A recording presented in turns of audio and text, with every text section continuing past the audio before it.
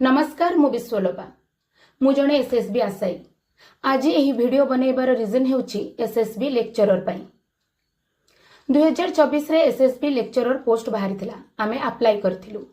आज हेलाणी 2026 अगस्त मास प्राय 2.5 वर्ष पाखापाखी हो गलाणी आमे एग्जाम देई पारुना। एही दिगरे सरकार कोनोसी प्रकार पदक्षेप मध्य नेउ नाहंती। 2.5 वर्ष आगे आमे एग्जाम देई पारुना। आमे घरे बसी निजकू केवल प्रश्न पचारिछु एग्जाम दबु केबे हेले एहार उत्तरदायी किए हेबो। एही 2.5 वर्ष मध्यरे जेउ मानकर एज लिमिट होई जाईछि से माने भी एक अनिश्चितता भितरे रहिछंती एग्जाम देई परिबु ना नाही एहार उत्तर दब किए। तेबे मोर समस्त एसएसबी आशायी मानकू मु अनुरोध करिबी समस्ते आसी एकाठी होई आमे निज पई लढिबा। आम निज पई आमे प्रश्न करिबा। निज अधिकार पई आमे लढिबा।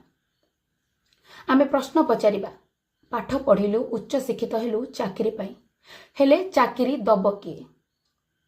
आपण माने देखिथिबे 3 दिन धरी शिक्षक शिक्षयित्री आशायी माने आंदोलन करूछंती निजर अधिकार पाई। ताहले एही दौड़ रे आमे कोन पाई पछरे रहिबा। आमे भी आम निज पाई आम अधिकार पाई लढिबा। तेणु मु आशा करूछि मोर एही वीडियो देखिकी अनेक भाई भौणी माने इच्छा प्रकाश करिवे एकाठी होई आम निज अधिकार पाई प्रश्न पचारिबा।